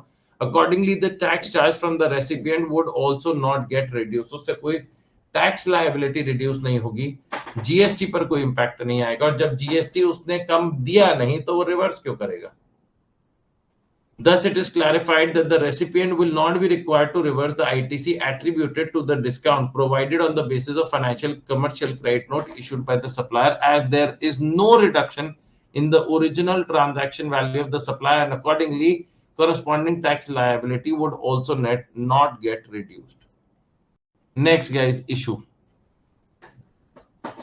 Whether a post-sale discount extended by the manufacturer to the dealer can be treated as a consideration in lieu of the activities performed to promote the sale of the goods. ये बहुत एक अच्छा point आया और इससे एक जुड़ा हुआ केस सिनेरियो बन सकता है, क्वेश्चन पूछा जा सकता है। अब लेट्स से मैं करिश्मा को सामान बेचता हूं और मैं करिश्मा से कहता हूं, करिश्मा मैंने जो सामान आपको दे रहा हूं ना, ये सामान बहुत अच्छे हैं, इनको आप दबाकर प्रमोट करना, आप ज्यादा से ज्यादा प्रमोट करोगे, और अगर आपने मेरे से 100 प्रोडक्ट्स खरीदे, आपने मेरे से 100 प्रोडक्ट्स खरीदे इन अ मंथ, तो मैं आपको एडिशनली 5% डिस्काउंट दिलवा दूंगा। समझ रहे गाइस? तो मैं उसको, करिश्मा को पुश कर रहा हूं, यार मेरे प्रोडक्ट्स को तुम एडवर्टाइज करो, मेरे प्रोडक्ट्स ज्यादा एडवर्टाइज करोगे, मेरे प्रोडक्ट्स ज्यादा बिकेंगे, मेरे ज्यादा प्रोडक्ट्स बिकेंगे तो मैं आपको in the form of little bit discount दे दूंगा, पोस्ट सेल डिस्काउंट दे दूंगा। अंडरस्टैंडिंग माय पॉइंट आया ना? तो क्या यहां पर जो मैं करिश्मा को पुश कर रहा हूं, I am insisting on Karishma to promote my products, तो क्या उसका हमारे इस पर क्या कोई ट्रीटमेंट होना चाहिए? उससे जुड़ा हुआ क्लैरिटी है। कहते हैं when dealers receive such post sale discounts they may engage in promotional activities to boost sales. क्यों? क्योंकि वो मेरा सेल क्यों करेगी? क्योंकि मैंने उसे ऑफर दिया है कि भाई अगर तुम मेरा एडवर्टाइज करते हो, मेरे प्रोडक्ट ज्यादा से ज्यादा बेचोगी तो तुम्हें 5% का एडिशनल डिस्काउंट मिल जाएगा। However, these activities ultimately enhance the sale of goods that the dealer themselves own. क्या इससे सरकार ने क्लियर कट बोला है, इससे सरकार ने क्लियर कट बोला है कि क्या जो डीलर है, करिश्मा है, ये उसका खुद का डिसीजन था ना कि भैया हाँ मैं राठी जी के प्रोडक्ट्स थोड़े से ज्यादा प्रमोट करूंगी क्योंकि उसमें मेरा एक एडिशनल एडवांटेज है। कोई दूसरे के प्रोडक्ट्स खरीदने आएगा, कोई स्पेसिफिकली बोलेगा यही प्रोडक्ट दो जो राठी जी नहीं बेचते, तो मैं उसे वो भी बेचूंगी। समझ रहे हैं कि नहीं? बहुत नॉर्मल लॉजिकल अंडरस्टैंडिंग है। जब भी कोई इंसान नया अपना सामान बेचना चालू करेगा, दुकानदार के पास जाके बोलेगा ना भाई मेरा प्रोडक्ट ज्यादा बेचेगा तो मैं तेरे को 5% एडिशनल डिस्काउंट दिलवा दूंगा। होता है कि नहीं? तो यहां पर जो आपका वो है ना दोस्तों, डिस्काउंट है, वो कोई इंडिपेंडेंट सर्विस जैसा नहीं है दोस्तों। इधर देखिएगा, thereby increasing their own revenue, इससे करिश्मा का रेवेन्यू बढ़ेगा क्योंकि वो मेरा भी सामान ज्यादा बेच रही है। In this context, the discount merely reduces the sale price of the goods and is not linked in any independent service rendered to the manufacturer. Therefore, it is clarified that the post-sale discount offered by manufacturer to dealers in such cases shall not be treated as consideration for a separate transaction of supply of services. क्या इसे separate transaction माना जाएगा? नहीं। मैंने तो बस ये बोला था तुम मेरे ज्यादा सामान बिकवाओगी तो मैं तुम्हें 5% का एडिशनल डिस्काउंट दे दूंगा, तुमने मेरा ज्यादा बिकवाया तो 5% एडिशनल डिस्काउंट ले लो, but this is not a separate transaction. ये कोई सेपरेट ट्रांजैक्शन के तौर पर कंसिडर नहीं करा जाएगा। मतलब this will be treated like normal cash discount जो मैं अभी तक ऊपर पढ़ा कर आया। अगर ये इनवॉइस लिंक्ड है, इनवॉइस वाइज इसको डिटरमाइन किया जा सकता है, and proportionate ITC is reversed bye the recipient.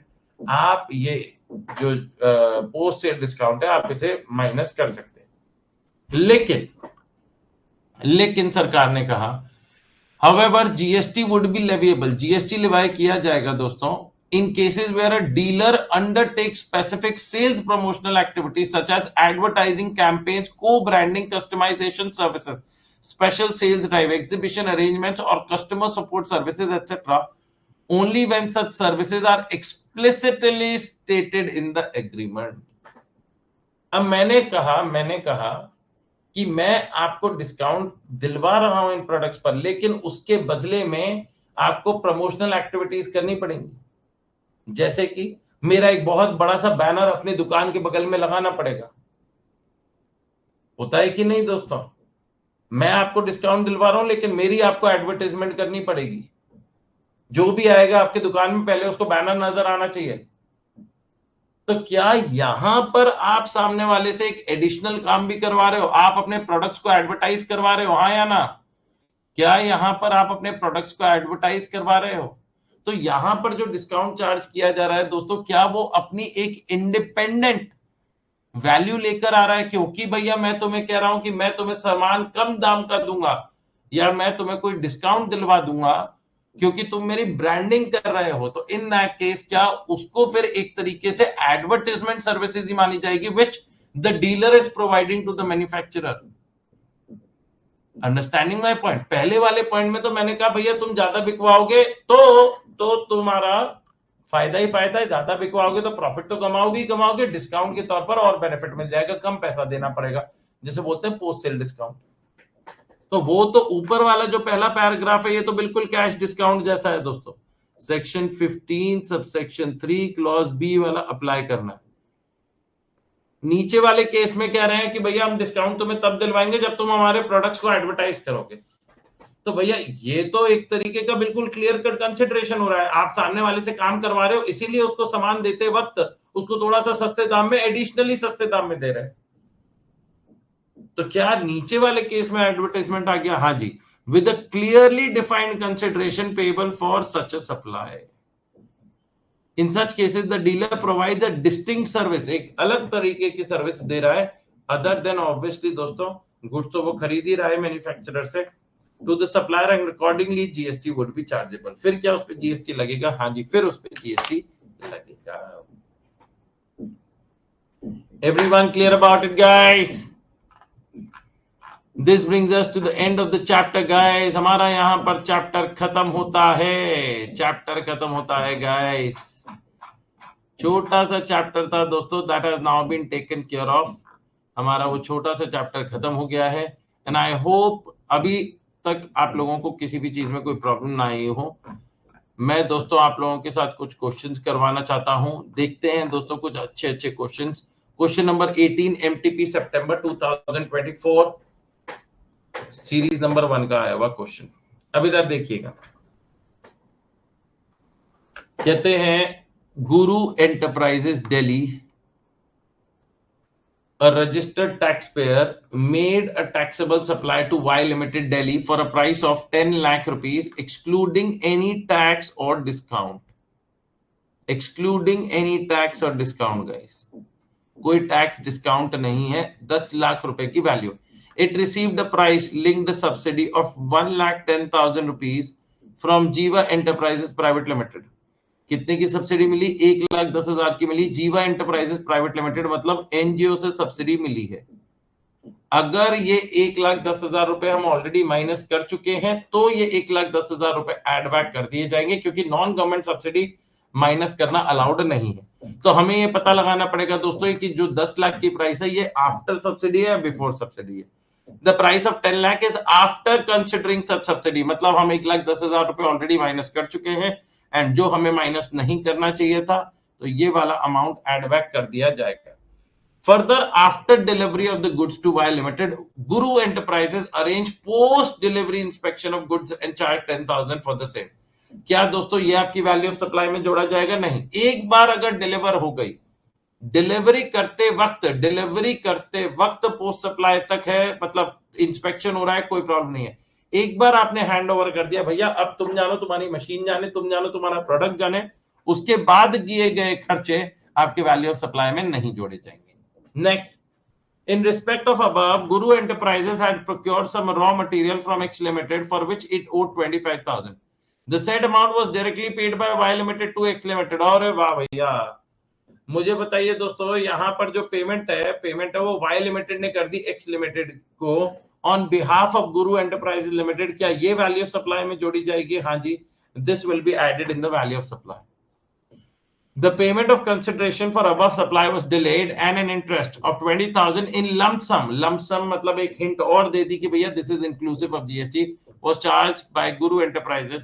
तो 20,000 inclusive of GST है guys. तो into 100 divide by 100 plus rate of tax 112. तो 20,000 into 100 divide by 112 निकल कर आता है 17,857.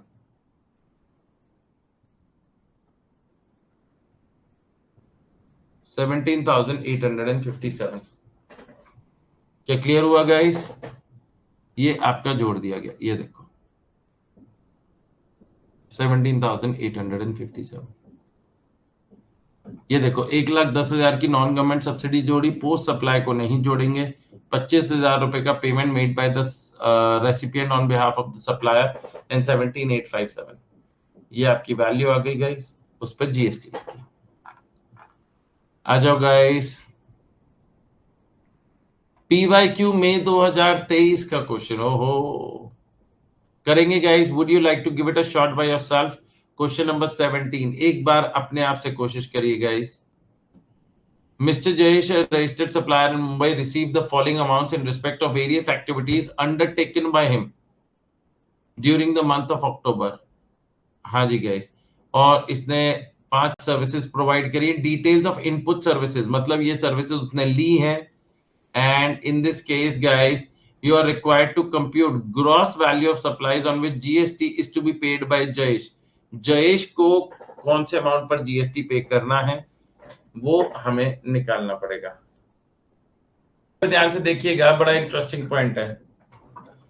Mr. Jayesh, registered supplier of Mumbai, received the following amounts in respect of the various services undertaken by him. Commission received as a recovery agent from NBFC. अब ध्यान से देखिएगा दोस्तों, क्या दोस्तों यहां पर जयेश भाई दोस्तों एक कौन है? सप्लायर है, और ये सर्विसेज प्रोवाइड कर रहे हैं एज अ रिकवरी एजेंट. और किसको दे रहे हैं? एनबीएफसी को दे रहे हैं. कुछ याद आ रहा है? हम लोगों ने इससे जुड़ा हुआ एक पॉइंट पढ़ा हुआ है जहां हमने देखा है कि ये वाला केस में रिवर्स चार्ज मैकेनिज्म लगता है, और रिवर्स चार्ज मैकेनिज्म लगेगा तो एनबीएफसी जाके सरकार को पे करेगी ना, जयेश तो पे नहीं करेगा. Understanding my point? क्या जयेश पे करेगा क्या in this scenario? The answer is no. तो ये वाले अमाउंट पर कोई भी टैक्स जयेश को पे करने की जरूरत नहीं है. हमें क्या निकालना है कि on which GST is to be paid by mister Jayesh. Jayesh को कितना पे करना है? 80,000 पर वो पे नहीं करेगा. कौन पे करेगा दोस्तों? हु इज गोना पे? The NBFC. Actionable claim receive from normal business debtor. Actionable claims guys, sir ये तो नेगेटिव लिस्ट में आता है शेड्यूल 3 में, और इसे ना तो सप्लाई ऑफ गुड्स माना जाएगा ना सप्लाई ऑफ सर्विसेज. तो इस पर भी जीएसटी नहीं है भैया, इस पर भी जीएसटी नहीं है. Amount receive from ABC limited for performance of classical dance in one programme. Classical dance exempt होता है, याद है, लेकिन सर अगर कंसिडरेशन 1,50,000 तक का हो तो एग्जेम्प्ट होता है. In this case the consideration is 1,74,500. तो क्या ये एग्जेम्प्ट होगा या ये टैक्सेबल है? ये टैक्सेबल है. नेक्स्ट, उसके बाद बिजनेस एसेट्स मतलब 1,74,500 pay Jayesh will collect tax and deposit tax to the government. Business asset old computer given to a friend free of cost, no consideration involve, market value जिसकी ये है, and no input tax credit has been availed. कोई उसने ITC भी avail नहीं किया, तो schedule 1 para 1 में नहीं आएगा. शेड्यूल 1 के पैरा 1 पहले वाले पॉइंट में था कि अगर आप परमानेंट ट्रांसफर या डिस्पोजल ऑफ बिजनेस एसेट्स करते हैं तो उसे डीम्ड सप्लाई माना जाएगा when ITC have been claimed. अगर आपने आईटीसी क्लेम किया हो, यहां पर कोई आईटीसी फाईटीसी क्लेम नहीं किया है दोस्तों, तो this is not a supply. Next, consideration receive for 1 month rent from a registered individual person for renting of residential dwelling for use as residence. आपने दोस्तों रेंटिंग पर दिया है, ये याद होगा, renting of residential dwelling for use as residence exempt होता है. हाँ, अगर आपने रजिस्टर्ड पर्सन को दिया था for use for any purpose other than residential purpose, जहां पर रेसिडेंट रेसिपिएंट रजिस्टर्ड रेसिपिएंट है दोस्तों, वो अपना एज अ बिजनेस एक्सपेंस उसे रिफ्लेक्ट करे, तो in that case then in that scenario वो क्या होता दोस्तों? वो आपका एग्जेम्प्ट हो जाता, वो टैक्सेबल हो जाता अंडर रिवर्स चार्ज. ये वाला आपका एग्जेम्प्ट है दोस्तों, ये वाला एग्जेम्प्ट है, इस पर कोई भी जीएसटी नहीं लगेगा। तो एक ट्रांजैक्शन जिस पर अभी तक जीएसटी लग रहा है, that is 1,74,500।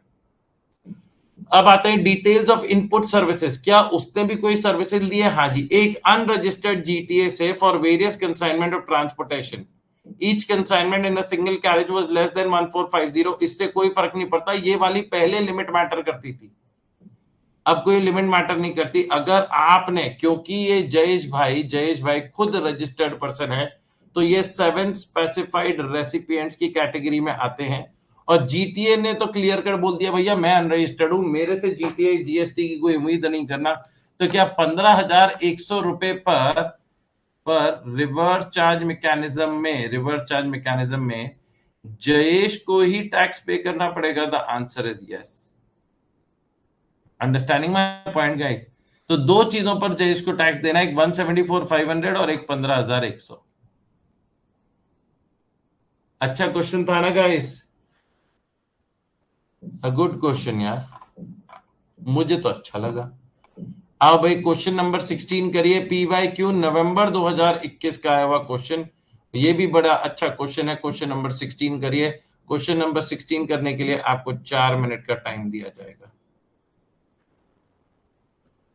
Sir actionable claim पे डायरेक्ट टैक्स दिया जाता है क्योंकि जीएसटी नहीं लगता। डायरेक्ट टैक्स तब दिया जाता है अगर वो आपकी इनकम बने। डायरेक्ट टैक्स में तो इनकम टैक्स आता है, अगर इनकम है तो होगा ना, इनकम नहीं है तो वो थोड़े ना होगा। तनिष भाई, मैंने आपको 5 लाख रुपए का लोन दिया, अब आपने लोन देने से मना कर दिया, तो मैं आपके खिलाफ, ये एक एक्शनेबल क्लेम है कि मैंने आपको 5 लाख रुपए दिया, आप मुझे 5 लाख लौटाने से मना कर रहे हो, कह रहे नहीं दूंगा। तो इन दैट केस ये एक्शनेबल क्लेम है। अब इस पे इनकम टैक्स क्यों लगेगा? मैंने आपको जो 5 लाख रुपए दिए थे वही तो वापस ले रहा हूं, इसमें मेरी कोई इनकम थोड़ी ना हुई। सिंपल सा लॉजिक सोचा करो बेटा। करिए गाइस, 4 मिनट देता हूं दोस्तों, फटाफट करिए। कहते हैं following are the particulars relating to one of the machine sold by SQM limited to ACD limited in the month of February at a list price of 9,50,000 rupees exclusive of taxes and discounts. Further, additional amount have been charged from ACD Limited. 9,50,000 के अलावा additional amount क्या charge किया गया? Municipal taxes chargeable on the machine. क्या municipal taxes value of supply में जोड़ा जाएगा? हाँ जी, जोड़ा जाएगा। Outward freight charges, contract was to deliver at ACD's limited factory की, हम आपकी फैक्ट्री तक पहुंचाएंगे, तो क्या आउटवर्ड फ्रेट चार्जेस भी जोड़ा जाएगा? हाँ जी सर, आउटवर्ड फ्रेट चार्जेस भी जोड़ा जाएगा in the value of supply, no doubt about it. Outward freight charges will also be added because हमने क्या कॉन्ट्रैक्ट किया था? हमने कॉन्ट्रैक्ट किया था कि भैया हम आपके घर तक पहुंचाएंगे। तो कहते हैं SQM limited normally gives an interest free credit period of 30 days for payment. After that, it charges interest at the rate 1% per month or part of the month thereof on list price. ACD's limited paid supply. ACD limited paid supply after 45 days. But SQM limited waived the interest. Oh, उन्होंने interest wave कर दिया। उन्होंने कहा कि हम interest आपके ऊपर charge नहीं करेंगे, हम इंटरेस्ट आपके ऊपर क्या करेंगे? चार्ज नहीं करेंगे। तो in that case, in that scenario, क्या इंटरेस्ट से बच गए ना आफ्टर ऑल गाइस? क्या इंटरेस्ट से बच गए, हाँ या ना? तो बिकॉज इंटरेस्ट से बच गए, it will not be considered, उसे कंसिडर नहीं किया जाएगा। Thank you everyone, clear about it? Next, SQM Limited received 50,000 rupees as subsidy from one NGO on sale of such machine. ठीक है जी। The subsidy was not linked to the price of the machinery and also not considered in the list price of 9,50,000. तो मतलब non government subsidy है, उसका इस machine से कोई लेना देना नहीं था, और 9,50,000 की वैल्यू करते वक्त भी हमने उस 50,000 का कोई ट्रीटमेंट नहीं किया। मतलब हमने 50,000 रुपए माइनस नहीं करे, और जब माइनस नहीं करें तो एड बैक भी नहीं करा जाएगा। अगर ये बोल देते कि 9,50,000 की प्राइस है after reduction of subsidy, non government subsidy, तो हम उसे ऐड कर देते। तो इसका भी कोई पहले दो अमाउंट्स का कोई ट्रीटमेंट नहीं होगा। ACD Limited deducted discount of 15,000 at the time of final payment, which was not as per agreement. Agreement नहीं है, कैश डिस्काउंट माइनस नहीं होगा। SQM Limited collected 9,500 as TCS. TCS is a tax which is other than GST, but this is the only tax which is other than GST and still not added in the value of supply. फिर भी इसे value of supply में नहीं जोड़ा जाता। याद आ रहा है दोस्तों point? Everyone clear about it, guys?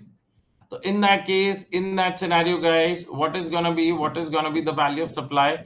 So दो चीजें जोड़ी जाएंगी, 45,000 and 65,000, तो 10,60,000 आना चाहिए।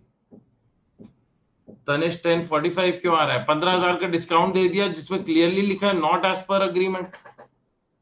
अग्रीमेंट तो होना चाहिए, अग्रीमेंट होना चाहिए, इनवॉइस वाइज लिंक्ड होना चाहिए और proportionate ITC should be reverse by the recipient होना चाहिए।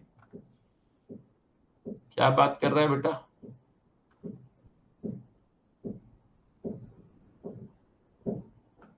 ये ना एक छोटा सा क्वेश्चन है दोस्तों, ये देखना दोस्तों, छोटा सा क्वेश्चन। कहते हैं contract value of goods inclusive of GST at the rate 12%। तो 9,50,000 में ऑलरेडी 12% जीएसटी इंक्लूडेड है।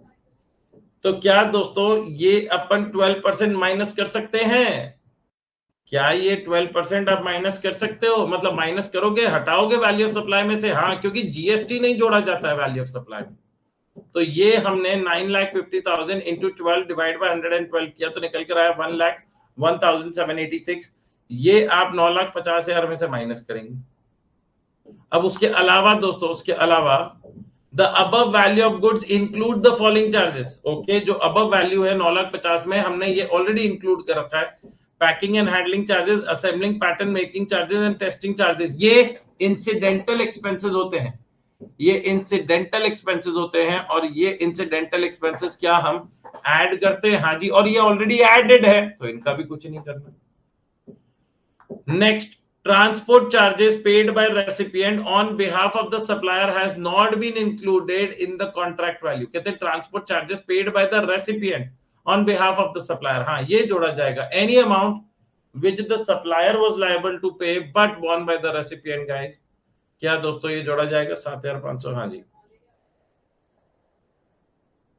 एवरीबडी सर, जब तक सारी कंडीशन गिवन ना हो तब तक कैश डिस्काउंट लेस नहीं करना है। हाँ जी, एक तरीके से। हाँ जी, आ जाओ गाइस। अब बाकी क्वेश्चन तो बहुत ज्यादा आसान हैं गाइस। एक्चुअली थोड़ा सा मेरे को ना एक आधा क्वेश्चन है। चलो जी, क्वेश्चन नंबर 6 कर दीजिए आप लोग। 3 मिनट देता हूं क्वेश्चन नंबर 6 करने के लिए। आईसीआर स्टडी मटेरियल एमटीपी में 2 बार पूछा गया है। क्वेश्चन नंबर 6 कर दो फटाफट गाइस। इजी सा क्वेश्चन है, खैर ज्यादा मुश्किल नहीं है, आप लोग तो कर दोगे गाइस। 3 मिनट से ज्यादा का टाइम नहीं दूंगा इस क्वेश्चन को करने के लिए। 3 मिनट।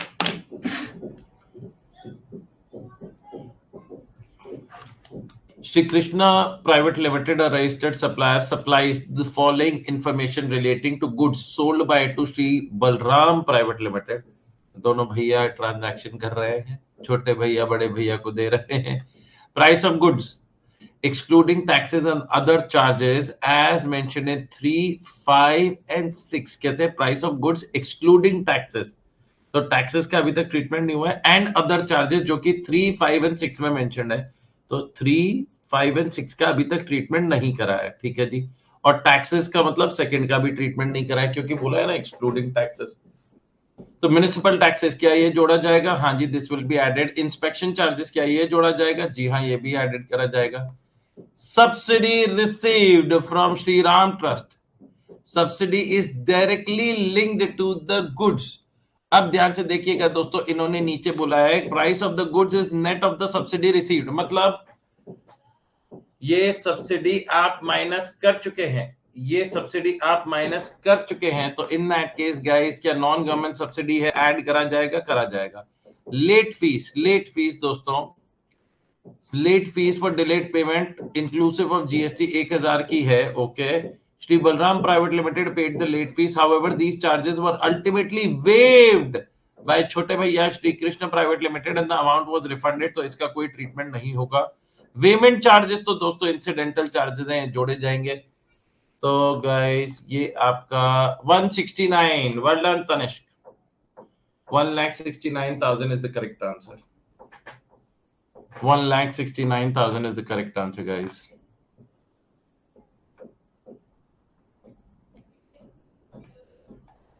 लास्ट क्वेश्चन, एक और क्वेश्चन कर लें गाइस, देखें कौन सा अच्छा वाला क्वेश्चन है गाइस।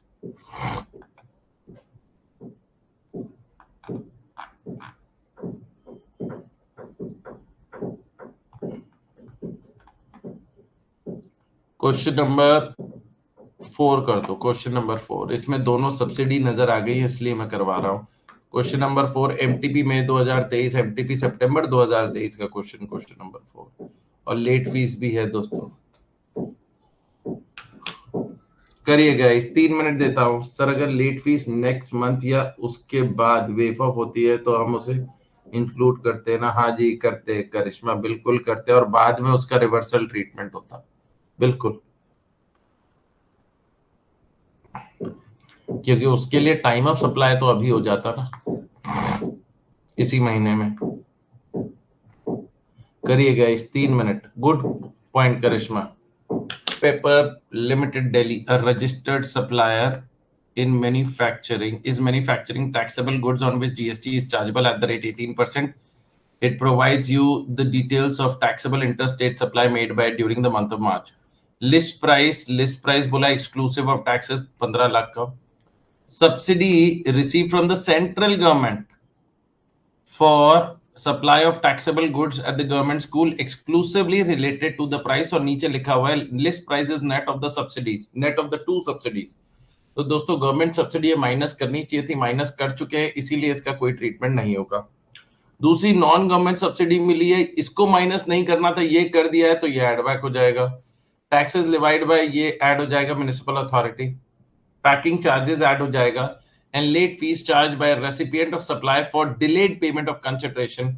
ये guys delayed payment of consideration है और कोई एडिशनल अमाउंट चार्ज नहीं किया गया है, मतलब वो हिंट भी दे रहे हैं कि 6,000 रुपए ही आपकी प्राइस है, तो 6,000 rupees into guys 100 divide by 118। हाँ जी guys 5085 5085। Everyone clear about it guys? ये आपकी वैल्यू आ गई, खत्म। ये आपको जोड़ना है, 6,000 नहीं जोड़ना, 5085 जोड़ना है। अब बताओ गाइस, क्या ये चैप्टर एक्चुअल में मुश्किल है? Sir directly link to the price and not linked का मीनिंग क्या होता है? Directly link to the price of the product मतलब इसी प्रोडक्ट से जुड़ी हुई मिली है, और नॉट लिंक्ड मतलब इस प्रोडक्ट से उसका कोई लेना देना नहीं है। सिंपल। मजा आया गाइस? ऐसे सेशंस अच्छे होते हैं, सुबह चालू करो खत्म करो, साथ में क्वेश्चंस प्रैक्टिस भी निपटाओ।